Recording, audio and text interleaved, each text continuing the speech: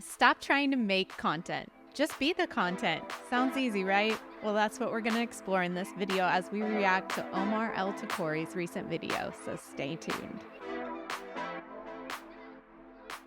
Welcome back to the Cypress Room, where we dive deep on influencing with integrity. This is a podcast for creators, and I'm Christina Mascari. And I'm Meggie Honeycutt, and welcome back to the Cypress Room. Today, we are going to do a reaction video. You know, I found this video from one of my favorite creators, Omar El-Takrori, and he's talking about how we need to quit making content and just be the content. And it had me intrigued, so I thought it would be fun if we watch it together and pull some clips to discuss and see how we can apply it to our own content creation journeys.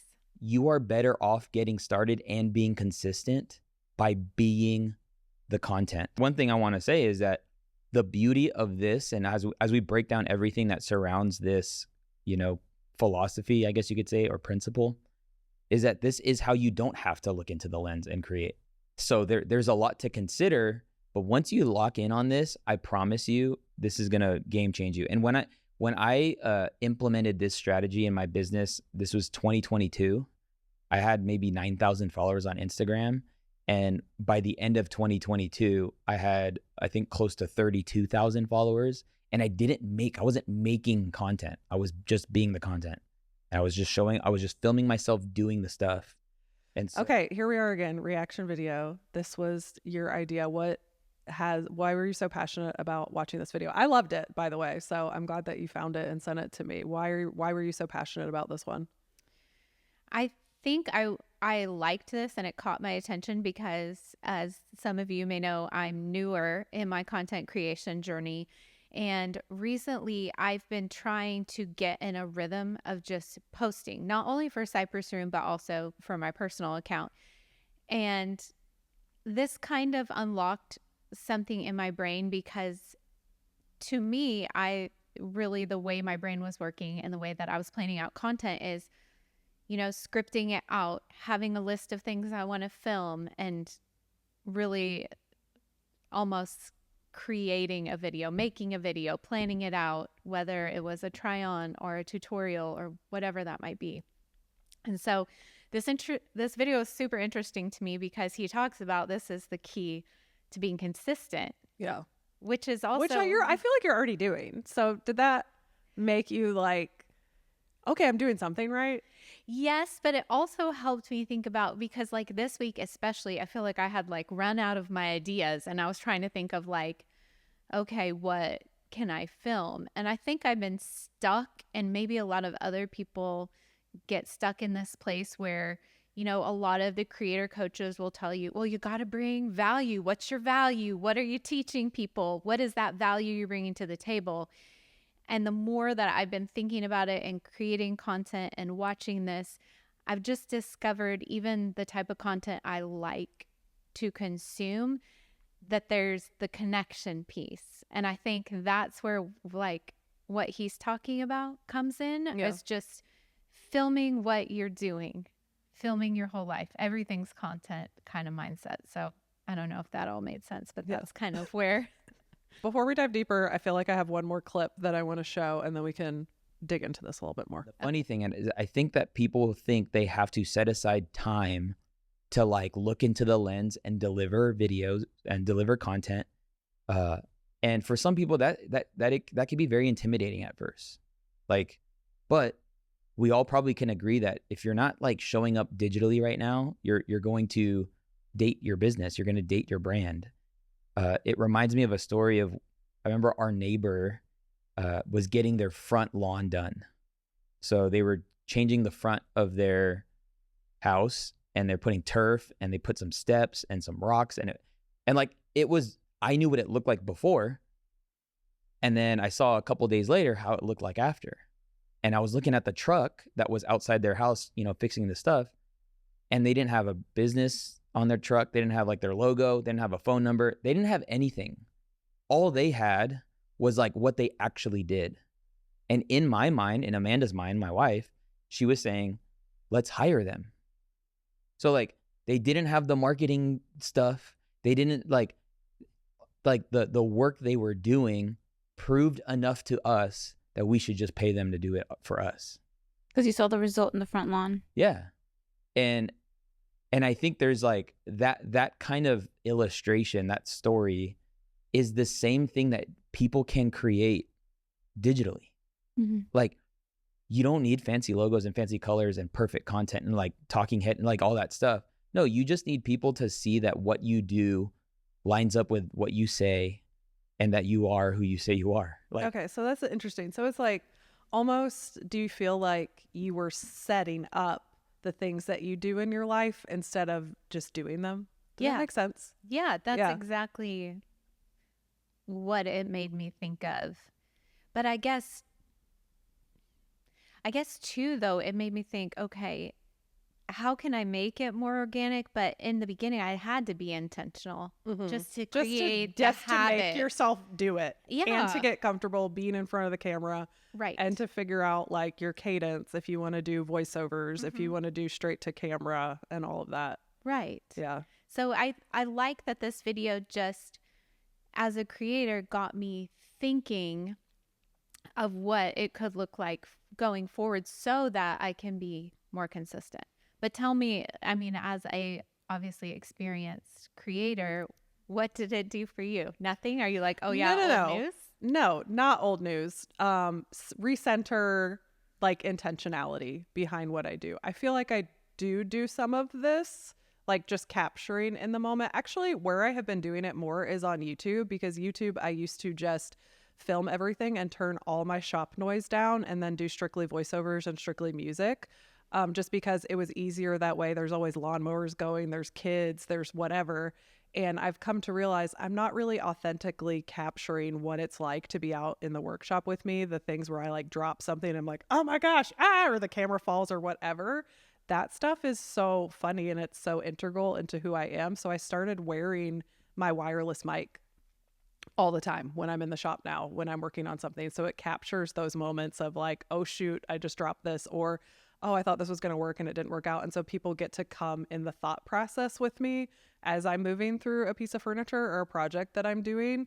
And that stuff has been resonating with my audience more. The first video that I did it in was that blue dresser that's taken off and has like 1 million views on YouTube. And I was like, oh, and I actually liked that. So I have been incorporating that more. And when I go out to Lowe's or whatever, because of my microphone that I have works on my camera and it works on my phone, I just make sure I always have that adapter to my phone and always bring those little microphones with me.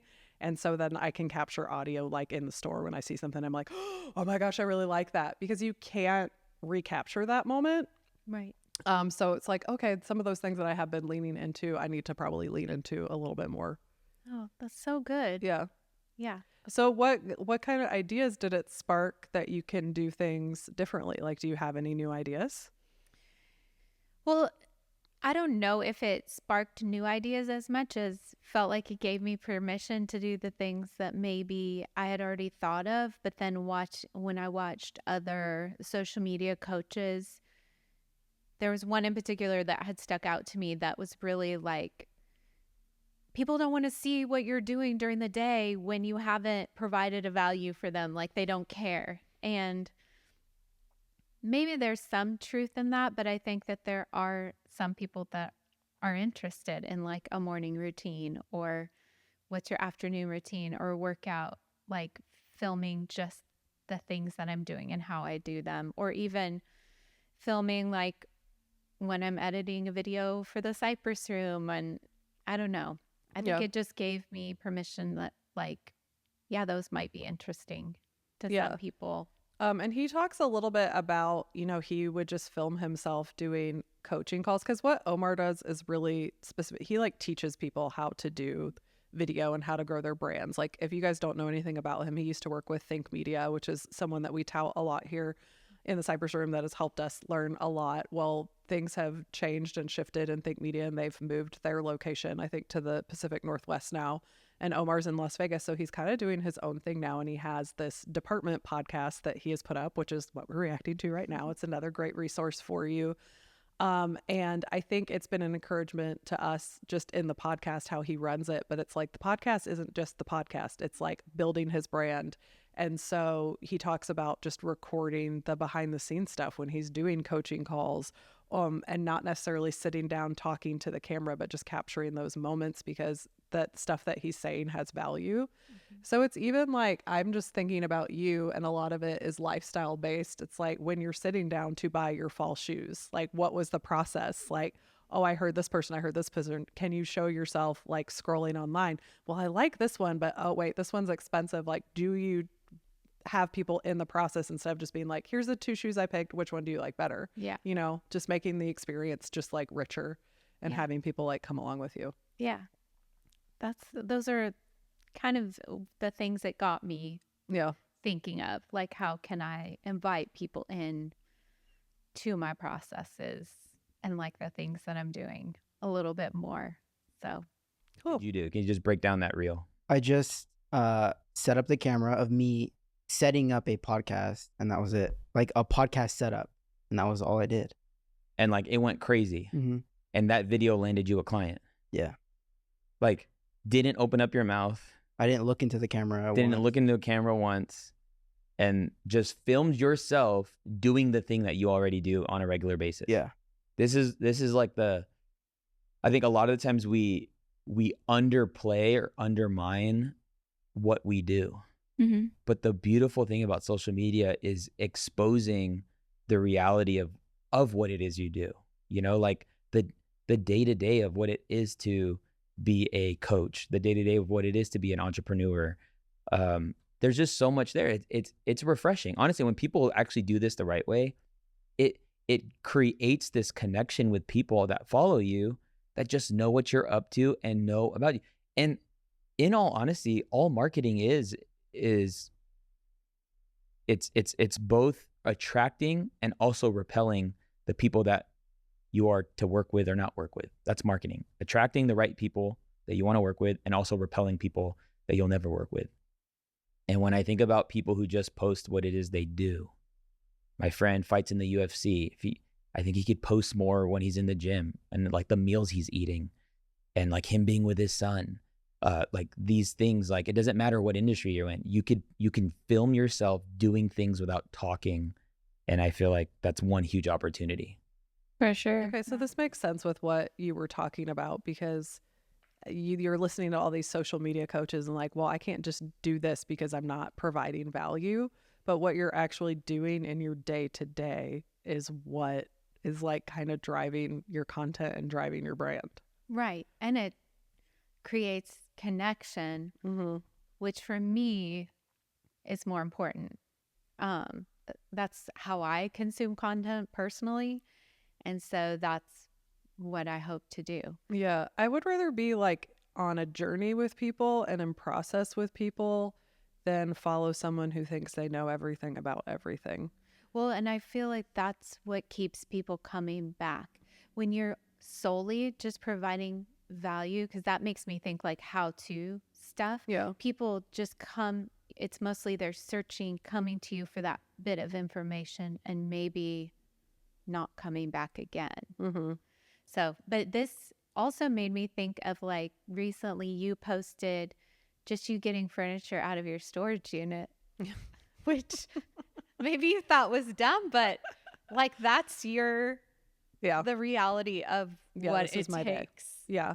And I have been incorporating that stuff more into my YouTube videos, and I didn't before just because it was too hard or it was like awkward to take the phone to remember to have like all the things with me. But with upgrading my phone was kind of a game changer for me because the footage on it is so beautiful that I always have it with me. So just having those 2 auxiliary things, like having a tripod in my car and then making sure that I have my microphones with me. And you know what? I have a microphone that already works for my camera, but if you didn't, like you have that DJI one, like you could have a spare like always in your car so that if you find yourself out and you're like, man, I should film this.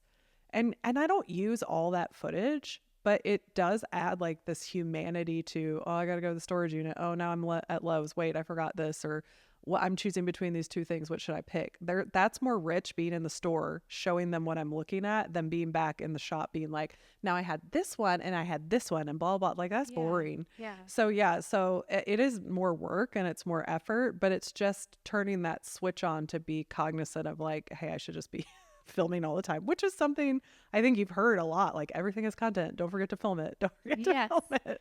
But it really does force you to create new habits. That's what I'm finding anyways. And that's maybe been the most challenging part for me, is just creating new habits to think about, do I have a microphone, tripod, phone, and let's turn the camera on.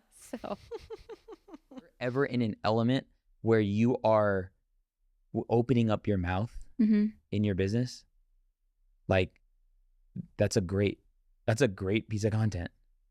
Like, I love what Myron Golden said. He was talking about building audiences. Is like, so if we break down the word audience, the word you get first is audio. You can't build an audience necessarily without audio.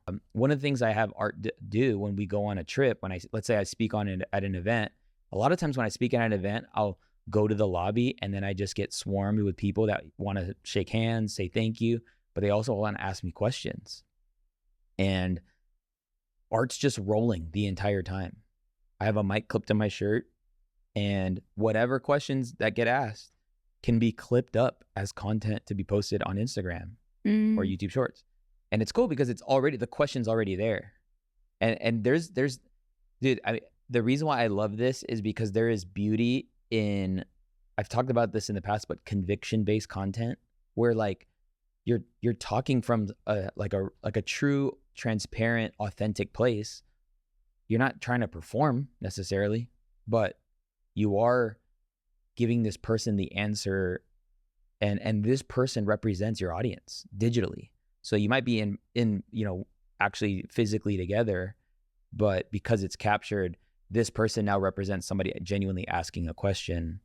And yeah, so I feel like what are times where you open up your mouth and like you're helping somebody do something, even person to person, like that can be captured and be used as content. That idea. Okay, so this seems like it might not relate to us because we're not coaches. So we're not out at events. People are not swarming us, asking us questions. Yes.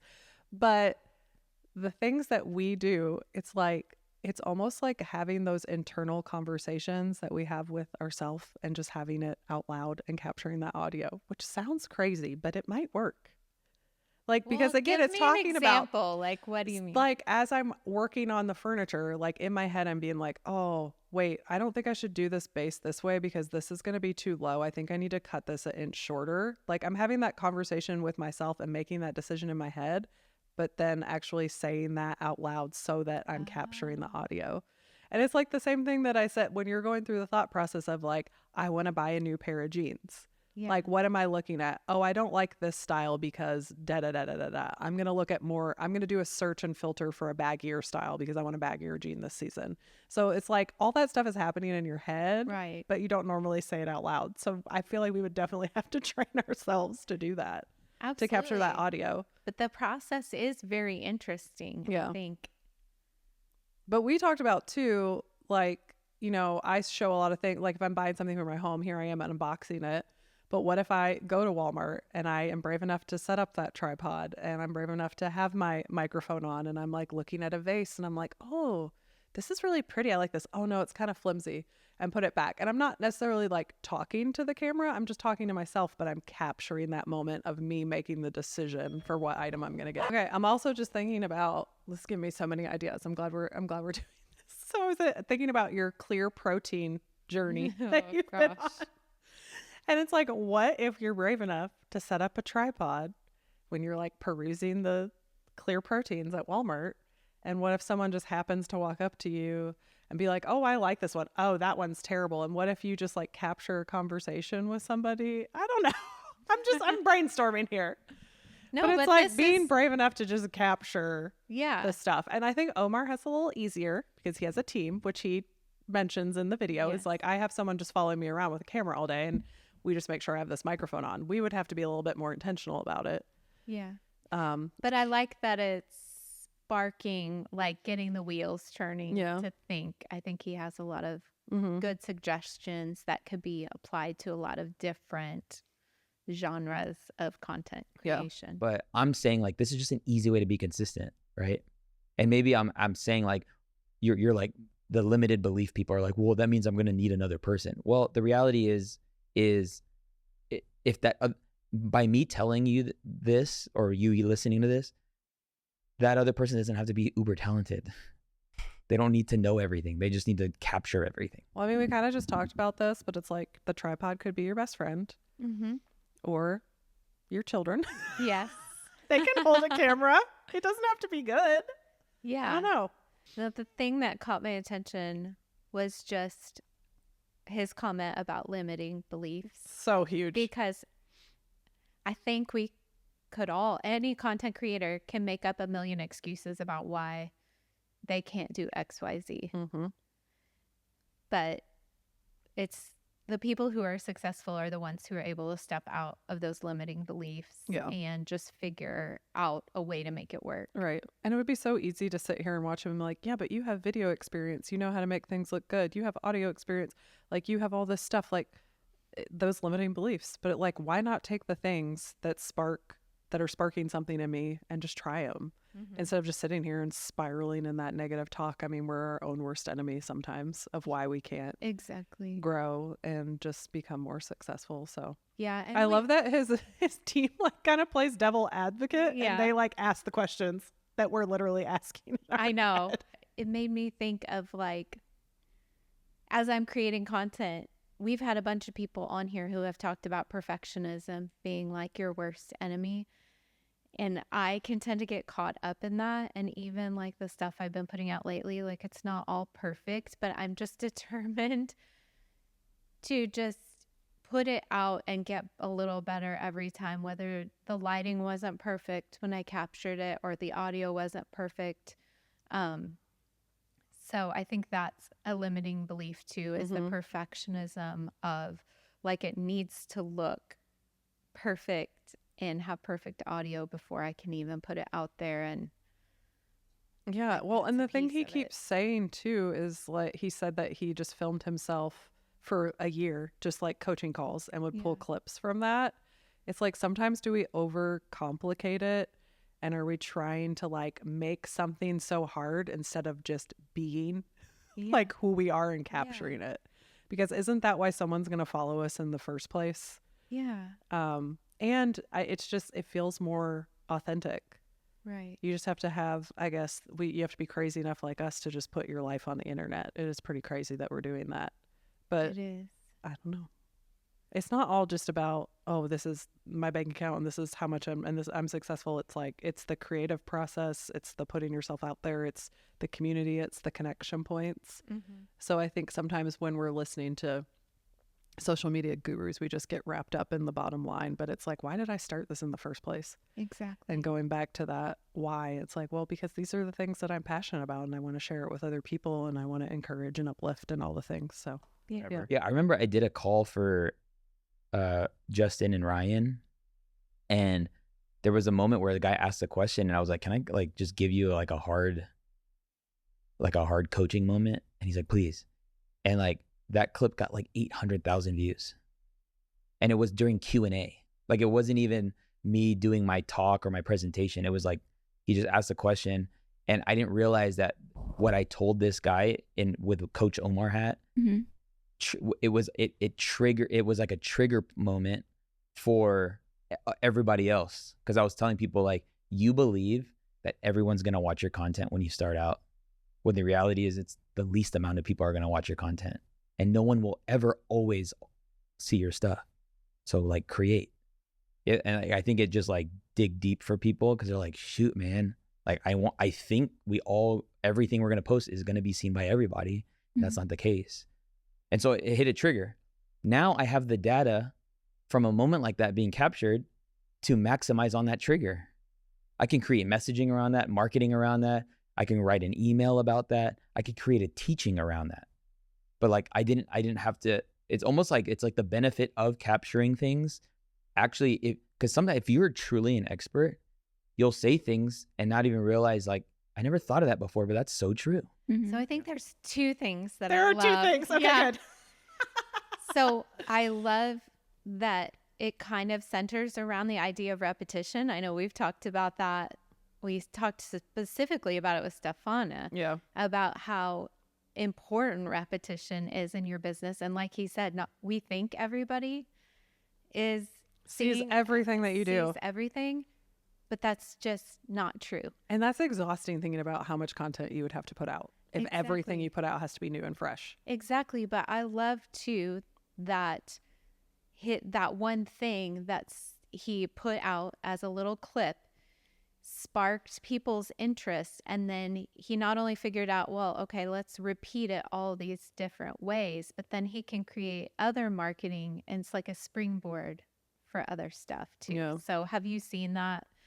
Have you done that in your own business? Like, I mean, I don't think so, but I can see it happening. Because then your audience is telling you what they want to hear. So it gives me ideas to just go back to reels that have been really, really successful and just study them and maybe take that reel and extrapolate it out more and make something else related to that. I mean, the only thing I can think of recently that I've done is that, I've recently fallen in love with Sam's, which you have been telling me for years and years. Christina, have. Sam's Club is where that. Oh, Meggie, I'm not joining another club. I already have a Costco membership. Well, they were on sale and we finally did it. And it took me about a month to go in there, but I am in love. I am obsessed. Sam's is elite. And so I am storying every time I'm at Sam's and educating people about a Sam's membership and why they should have one. And this is the new thing that I learned this week. This is the product that they have that I love.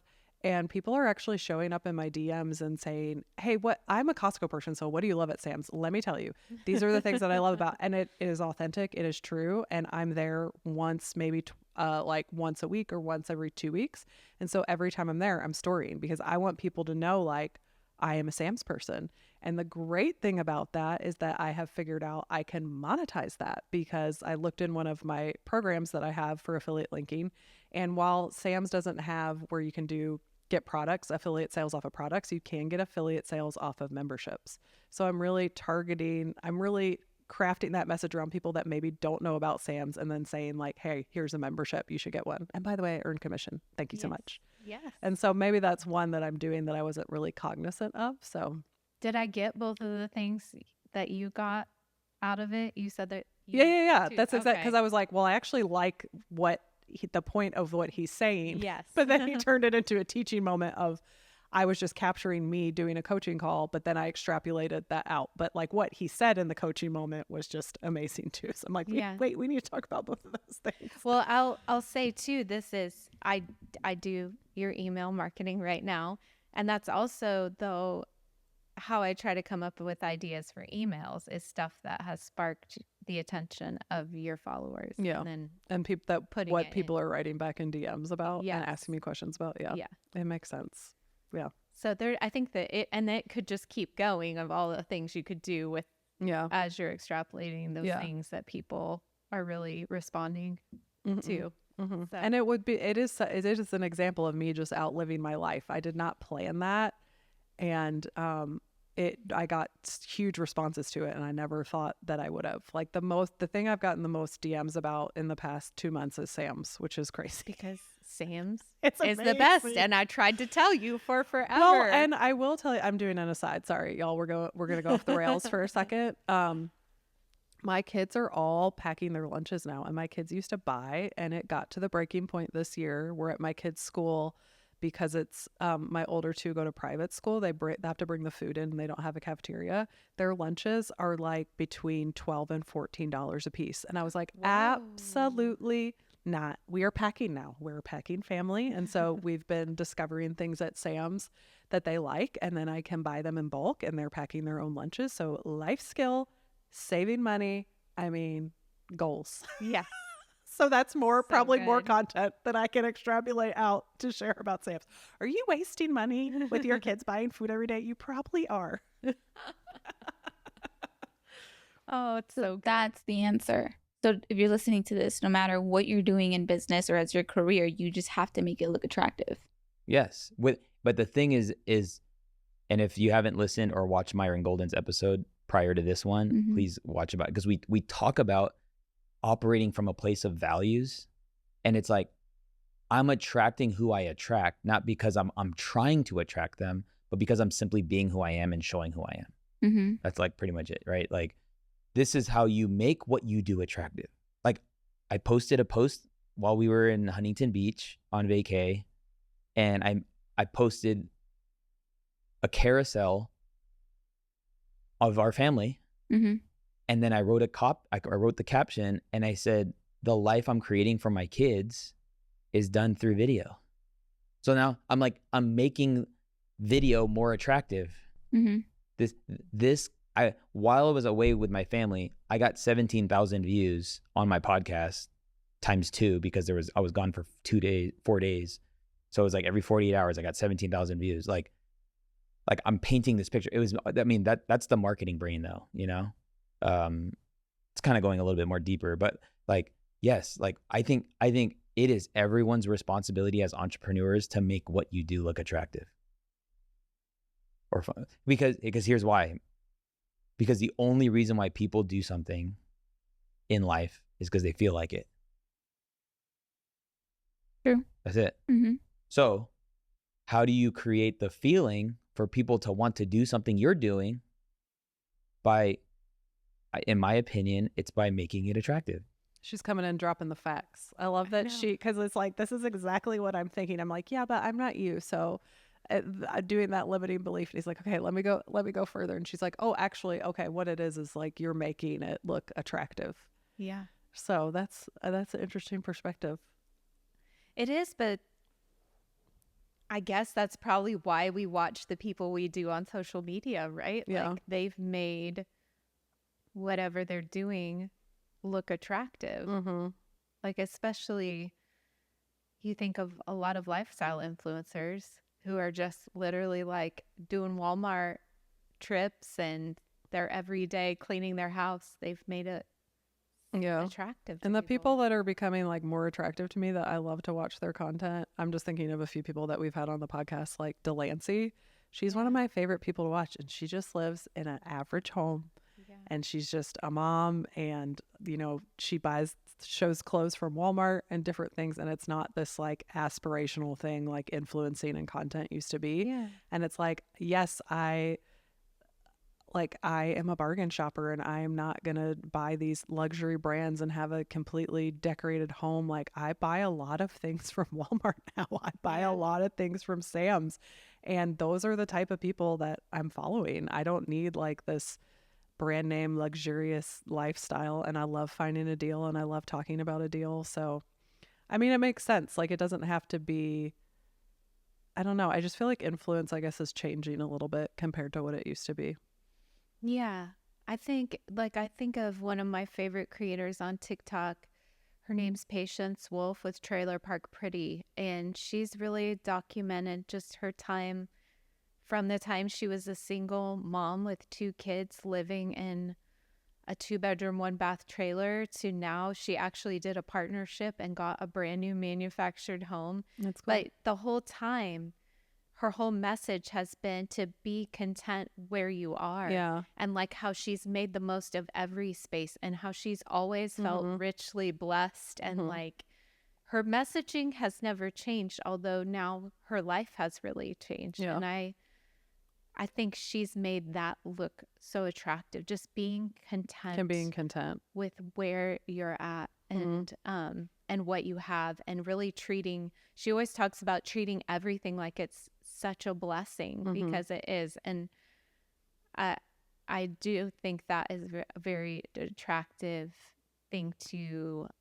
consume for me, because I love just seeing people content where they're at, and it encourages me to look around and be so thankful and content where God's put me too.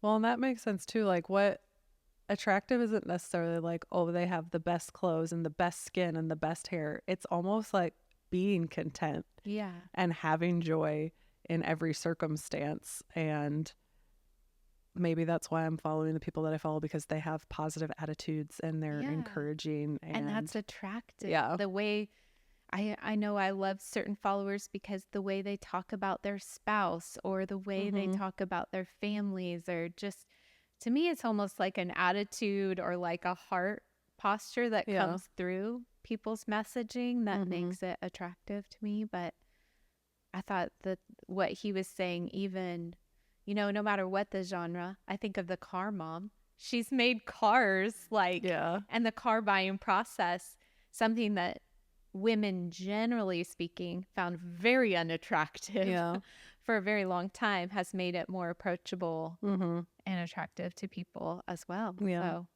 kind of cool concept. That you don't have a desire to help people. Because if that is your heart, is to serve, that's going to be your pathway to greatness. And so what you're saying is, dude, Omar, people aren't necessarily as great or perceived as great like you are. But the way I got here was I served, and I'm still serving. It's like, that's what the Bible says. The greatest, if you want to be great, you must be the greatest servant. So like, start by serving. I mean, obviously that's just a principle that applies in any, doesn't matter what industry or whatever. If everything that you're doing comes from a place and heart of service, this is kind of what being the content is, right? It's like, you know, I'm like helping somebody on the phone that's asking me for help around something. And by me posting this conversation, that clip, it's going to help people understand what I just told this person. It's all because, and then it's also bringing awareness to what you do. Yeah. But and that's why I wanted to remove people out of the way. Let's say you have nobody to talk to. Like Christian didn't have anyone to talk to when he was posting how to read the Bible. Very true. So I think some people wait. They wait to get on a stage. They wait for somebody to invite them. They wait. Like, go and get, bro. Omar better preach. Yeah. He better preach, Meggie. And if you don't know this about Omar, he's also a part-time pastor. He's actually a pastor at City Lights Church. Yeah. And me and Meggie just got to hear his head pastor, his lead pastor, Javan Chavez, speak at our conference for our church last weekend. And I can see why Omar's around some really good people. Yes. And he's a good person too. Yeah. And you can see, like, when you surround yourself just like with greatness and great communicators, you can see, like, this is why community is so important. Just like building each other up. So we got a little peek into a window of his life just by one of his leaders like at conference, and it was amazing. So anyways, that's an aside, but he's preaching. He is preaching because you can set out and you can create a business and you can create an account and you can have this business plan and you can do it, but how long can it sustain, and how, like, can it really reach people if there's not heart behind it?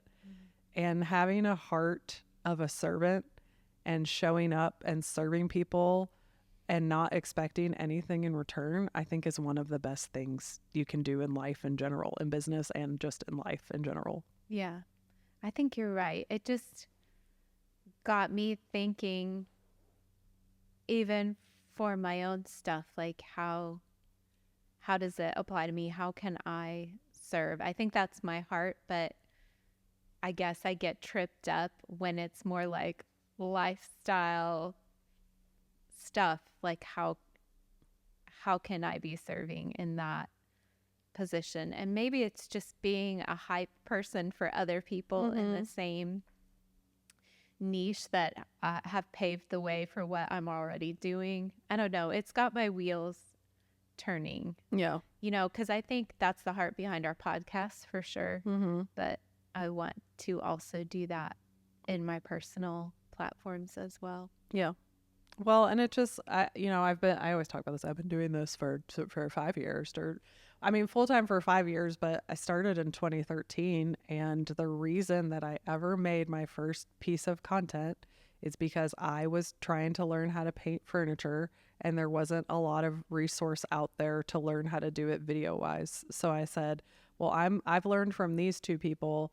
I'm going to show what I learned, and as a complete newbie, like how it's going for me and what I've learned along the way and how I can encourage you, because I wanted to paint a piece of furniture for 6 months and I just sat on it because I didn't know what to do and I didn't know how to start. And then once I finally started, I just loved it and I had so much fun. And I was like, everybody needs to know about this. So I wanted to provide a resource that I felt like was lacking when I started. But it wasn't coming from a place of I know everything because I'd only painted 3 pieces of furniture. It was like, oh my gosh, I love this. You guys have to try it too. Here's the things that I've learned. Let me know what you're doing. Let me know what you're seeing out there. So that was like the core of it. But now 10 years later, it is a business. And I'm like, am I serving? How am I serving people? Or am I just serving myself and my family right now? So it's helping me ask, I think, important questions of how I'm showing up and what I'm sharing and why. Because at the heart of it, yeah, serving and providing is it's just A, it's going to make you feel good. And B, it's going to make people feel connected to you. And they're going to want to, like when you do share a link, they're going to want to support you because you're serving them in some capacity. So it's like, it creates community and relationship.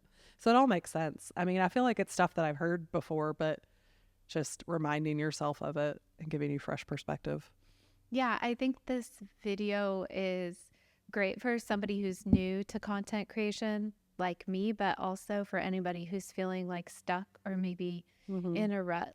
Right now, there's so many. I mean, we only showed half of the clips that I noted on my page just for time's sake. Yeah. So I encourage y'all to go back and watch this video if there was anything that sparked your interest, because for me, it really like got my wheels turning. He gives a lot of practical ideas for content you can create if you're stuck in that area. But it was such a good video. I'm so glad we decided to react to it. And definitely check out his channel. I mean, his channel is a wealth of knowledge and tips and insight for content creation. Yeah. So, yeah. Yeah. Cool. Well, thanks for suggesting this.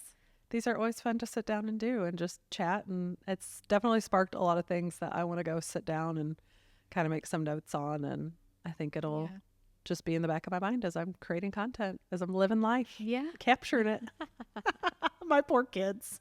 I know. Like, Mom, you're crazy. Why do you record yourself all the time? We're encouraging and empowering the people. Yes.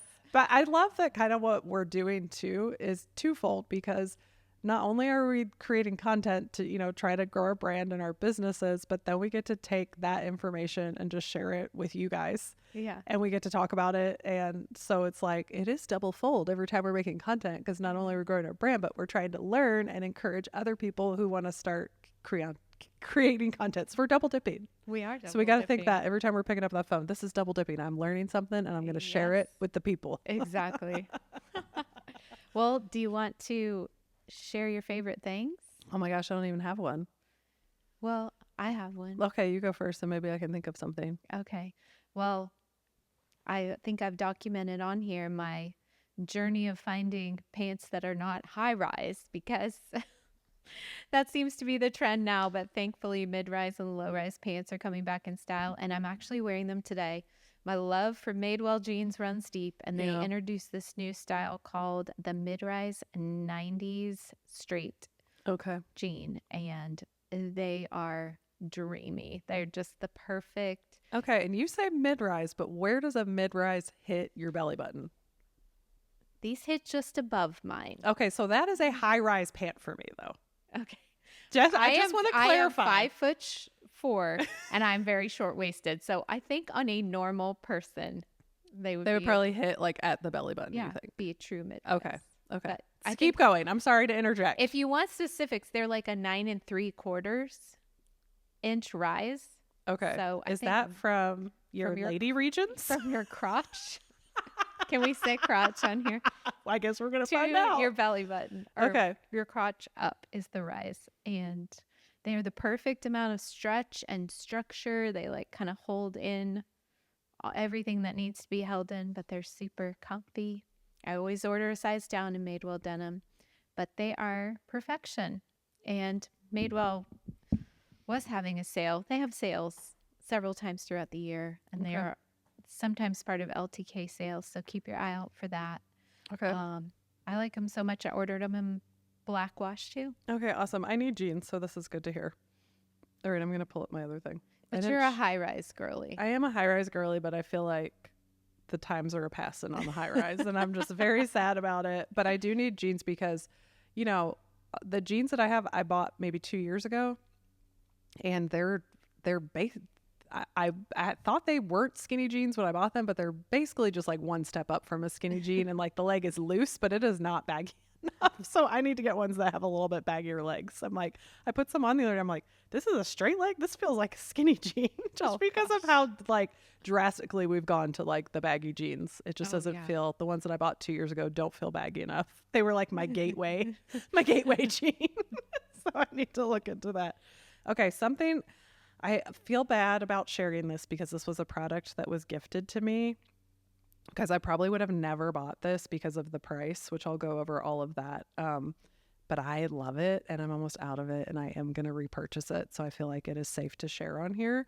So the brand is Murad. I don't know if you guys have ever used Murad before. I had not until they gifted me some things, and it is very, very nice. Skincare. Skincare, yeah. So the thing that I love it's their Resurgence line, which is it's like a green bottle, and it's for mature skin. And the one that I love, it's called the retinol, not retinol, not to be confused. A-L. So I guess retinol is stronger than retinol, which I did not know. So when it has an A-L, it's a little bit stronger than the O-L. So this is the retinol. I'm probably saying that wrong, but Resculpt Overnight Treatment. And I have been using it probably for 6 months. And I just had one of those things where I looked in the mirror the other day, and I'm like, the texture and condition of my skin and the amount of like darkness that I used to have from acne is significantly gone. And I'm lucky because I have, you know, stories that I can go look at how my skin looked like before I started using this product. And I'm like, there actually is a huge difference. And I think that my skin looks younger. Wow. So, I mean, and I do have other products that I use, but this would be like the main one that would be making a difference, I think, in the texture of my skin, because it's going to be turning it over because it is like that retinol. And I love it. But here's the bad news, guys. It's expensive. It's $105, which I know is expensive, but Can you get it on like a Sephora sale or something? actually, I think the best place to get it would be on Murad.com, because they do friends and family. It seems like once a quarter, and it's 25% off when they do that. There So, you go. so I would check that. I would follow them, maybe get their newsletter or whatever, because they do send me an email saying like, hey, 25% off friends and family, or follow them on Instagram. So you'll see when those sales come on. But the cool thing about it is that they're very conscious about their packaging and reducing like waste. So after you buy it one time, the $105 bottle, it actually, you can take it out and you can get a refill for the insert, and that is $25 cheaper. So the refill is $80, which is like still very expensive, but it's a lot better than $105. How saving long did it $25 last you? I still have it. Oh, And I probably have like a quarter of it left, because you don't have to use it every day. I use it 2 or 3 times a week. nice. So Awesome. I love it. It's very bougie. Most of the other stuff that I use on my face is drugstore. So I feel like investing in one thing that's Yeah. bougie is okay. And I have seen a huge difference in it. But in full disclosure, it was gifted to me. But I am going to be purchasing it again when it is gone. So there you go. Nice. That was a long one. Sorry. But I'm very, as you can tell, I'm very passionate about it. Yes. Oh, well, thank you guys for joining us again here in the Cypress Room. It's always fun to sit down and react to another creator's video. If you haven't already, subscribe to our channel and to click that notification button so that you can know every time we upload a new podcast. You can also follow us over on Instagram and TikTok. We're also on Facebook, all the places. We'd love to have you as part of our community. Leave a comment down below and let us know what ideas this sparked for you in your content creation journey. And we'll be back again soon with another podcast. So we'll see you next time in the Cypress Room.